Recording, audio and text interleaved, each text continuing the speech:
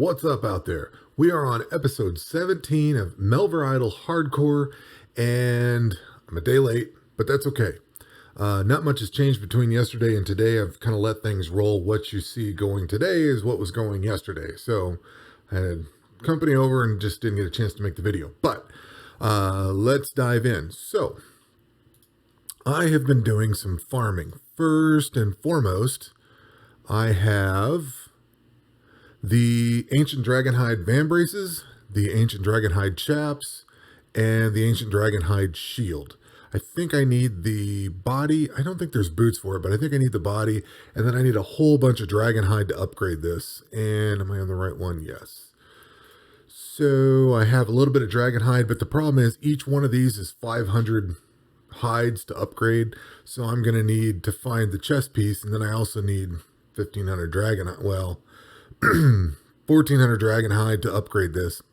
So got a little bit to go on that. But while I was doing all that, I was kind of looking at this and I thought, you know what? I can get a crossbow and get my crossbow bolts going. So I've stepped over into crossbow territory.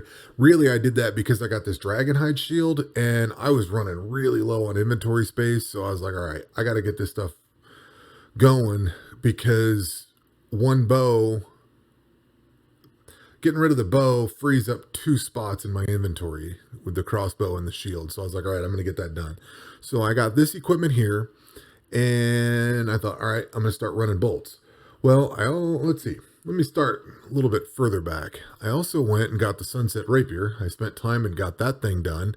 I also took the time Monday, somewhere in there, Sunday, Monday, to get all the Black Dragonhide upgraded. So I got that done, which then became, well, you see I have this piece here.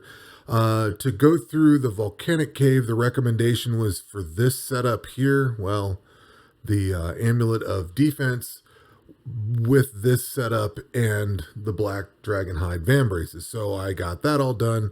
I thought, cool, I'm going to upgrade this first. And this gives you a plus 5% damage reduction. If you come over here, this one's plus 6. So the Ancient Dragonhide is even better. So I thought, all right, I'm going to put all my effort into getting this. Since I got it, I'm going to upgrade it. So when I do the volcano, we're going to go through with that. Let's see, what else did we get? So I got the Sunset Rapier. I upgraded all the Black Dragonhide, got all that. And then I moved on to the Ancient Hides for the ranged. Got what I could out of that. Upgraded what I could. I don't have any crafting yet, but I went and, let's see, I ground out it must be equipped. I ground out one of these silver diamond rings for an extra 1% of damage reduction. Again, this is all prepping for the volcano. I also went and did some magic stuff, and I found the Book of Eli. And what the Book of Eli does is allows you to unlock, I believe, like these spells here. Or was it these? It might be these. Must be these. So you have to have the Book of Eli for these spells. I don't remember if the curses were there or not. But you definitely need the Book of Eli for a portion of the spells. So I went ahead and got that. And also in farming the Hall of Wizards, you get the ancient wizard pieces here. And I am of level. And I do have the hat and the bottom. So I still need to get a couple of pieces of these. No big deal. And then I need, one of these and a bunch of stuff for upgrading on this one. So I'm pretty well decked out in ancient gear. This is kind of the best gear you can get without doing the volcano. You can smith up all the dragon gear. You can hunt down the range stuff here in the elder chest from the Dragon's Den. And you can get the ancient mage stuff from the Hall of Wizards. Okay, we did that. Did the ancient ranged. I also picked up, this was a nice bonus. Nope, not monsters, pets. I also picked up, where's Finn the cat?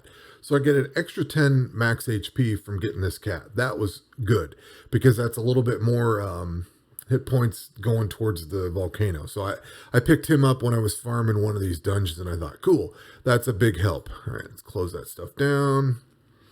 And so, like I mentioned, when I got up to the part where I got the Dragonhide shield, I thought, all right, I need to clean some inventory space. And I've been hanging on to, let's see here.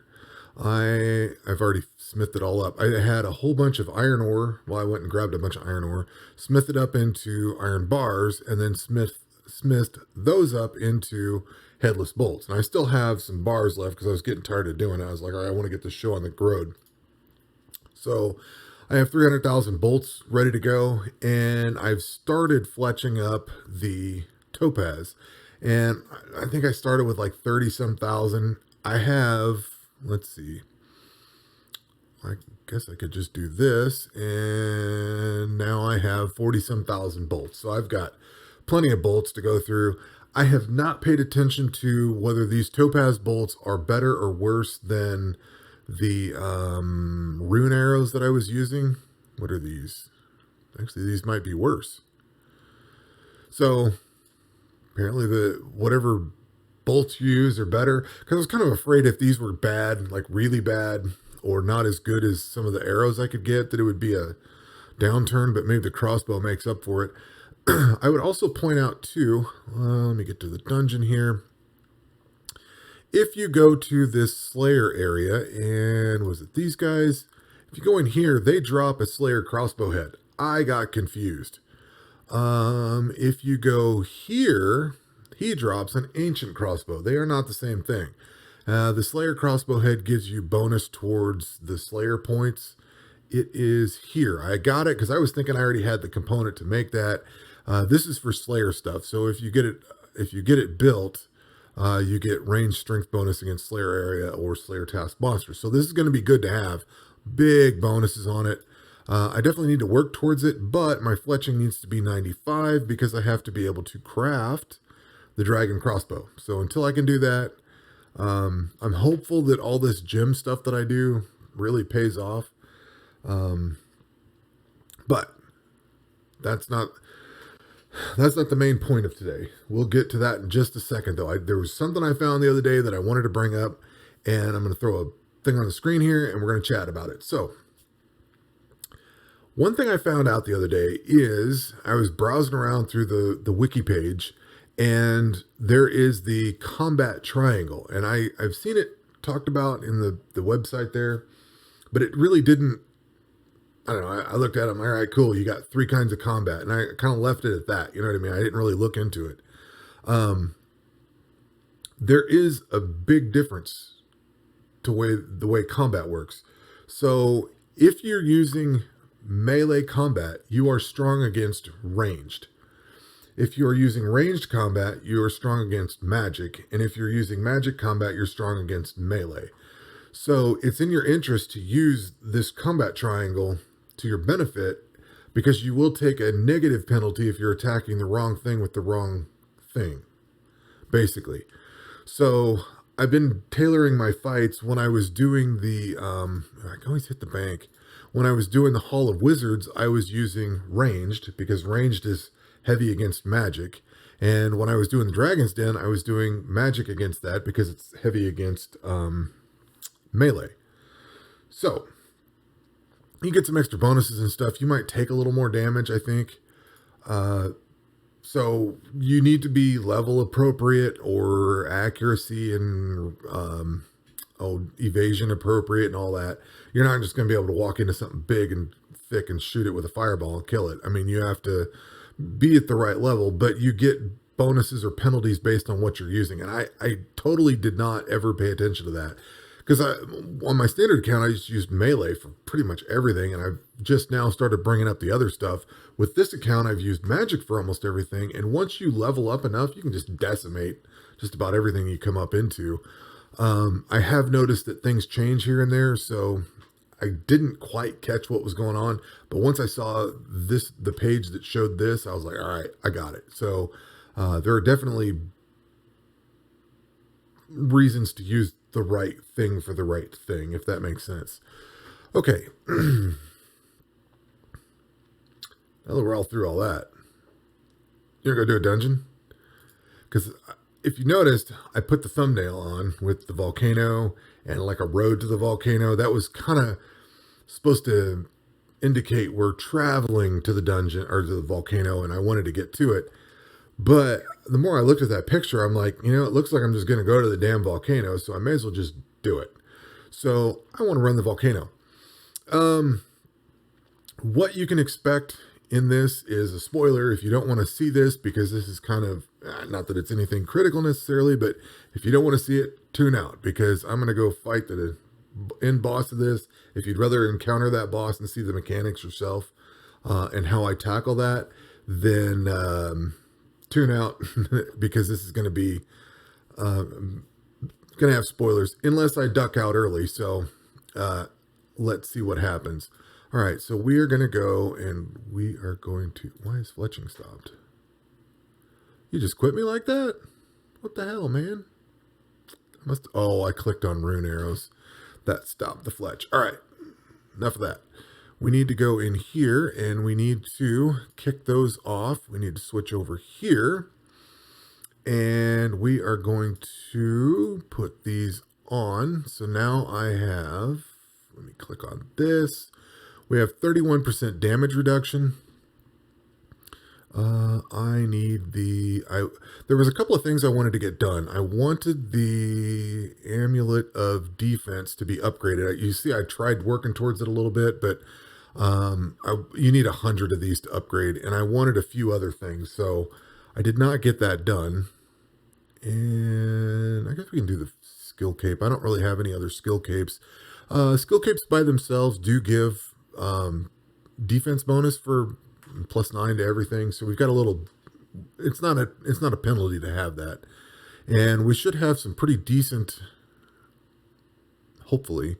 We'll save that real quick. What else do I need? Let's go in here and use the best food. We are going to set up... I also wanted to get prayer level 88, which I'm very close to it.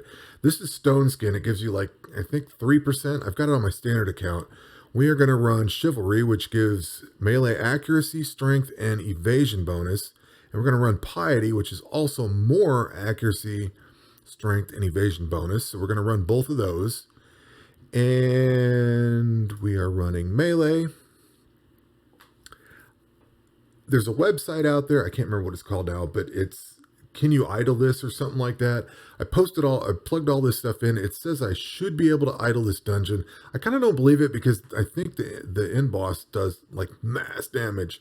And so basically the strategy is going to be when we get to the end boss is to get carpal tunnel on this heal button here. As long as your health bar is all the way green, you will still attack. When he does damage to you and it goes red, you will be already slamming the button to heal, which will stop your attack from going. That's why it says your attack resets when eating manually. So that becomes a manual eat situation. So the strategy to get through this is the fact that we are at 73 attack and a decent defense. We've got 920 hit points. We've got decent food. We've got as much damage reduction as I can get without grinding out the rest of the Amulet of Defense or working on some ancient gear or something like that. This is going to be a manual dungeon fight. This is not something I'm going to let the food auto eat go through. So let's dive in and see how far we go, unless I chicken out and just bail. So let's see where this goes. These first few battles are pretty easy, and I do believe I will switch. There's a couple of bosses in here I'll switch over just to the more damage appropriate. Actually, I guess I won't. This thing ain't gonna hit, and I've got a decent chance to hit against it. So magic would be good against him. Oh, I forgot to mention that if you have physical melee versus melee, or range versus range, or magic versus magic on that combat triangle, like for like, there's no bonus or penalty. It's just equals each other out. So it's whatever your stats you have. If you're on one side or the other, that's when you start getting the bonuses and penalties. So like this one's ranged. I could take, melee against ranged, I guess. I got to follow my chart. I can't remember the damn thing to save my life. So we've got the Sunset Stab, which adds some bleed damage in there. If you get a good enough hit, it does some serious bleed damage. The Fire Spirit really isn't much of anything. And I'm probably going to take more damage against him.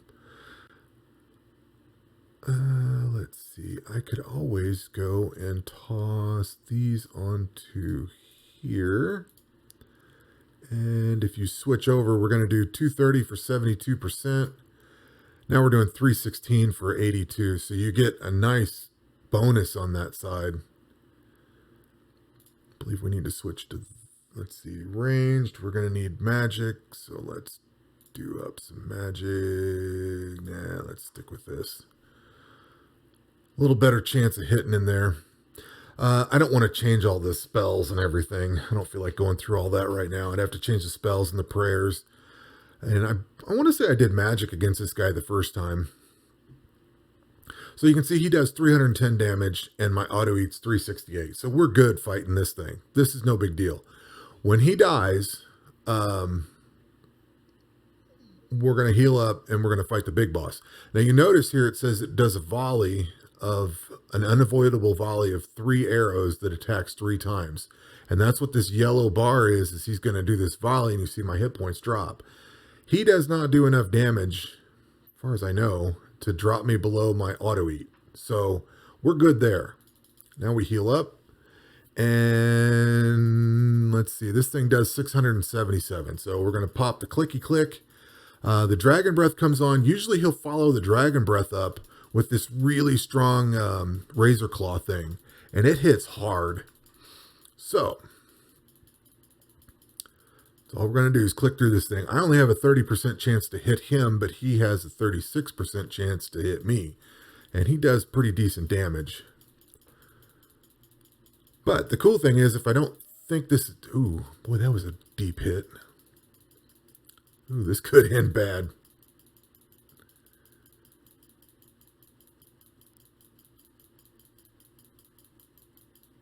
This might be a long battle, too.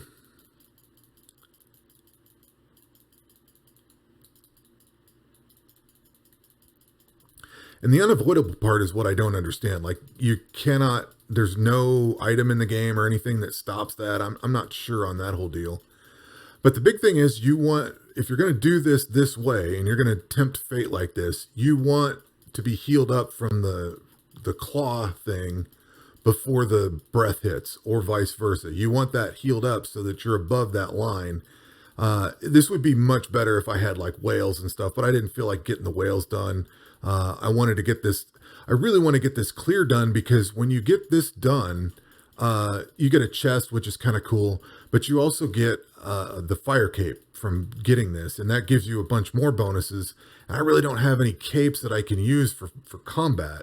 For like melee, I've got this fire making cape, which is more for XP. It's not made for combat. I mean, it gives you some little bit of health and bonuses and stuff for defense, but it's not like it's giving me attack and things like that. The fire cape does give you some all around bonuses for combat. It's really nice.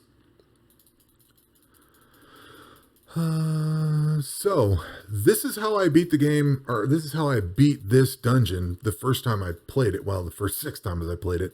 The first time I actually came in here with my standard account, I tried to let the auto eat run, and that was a no bueno. I ended up losing some of my dragon gear and had to rebuild it.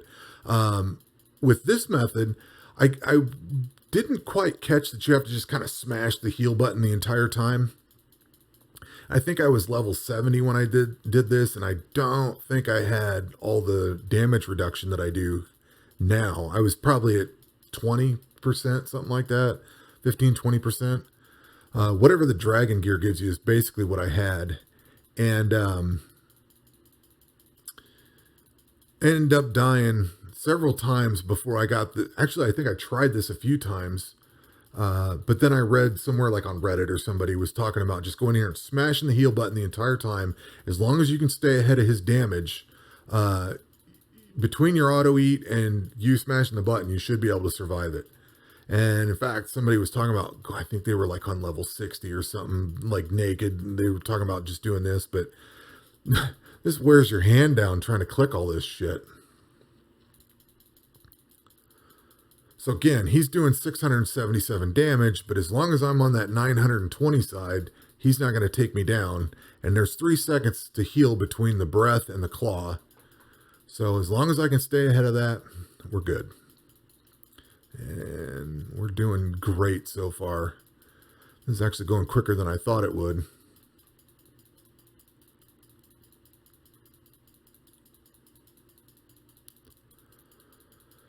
So, if we get this clear, and don't lose my character, I am going to continue on farming the rest of the ancient gear that I need.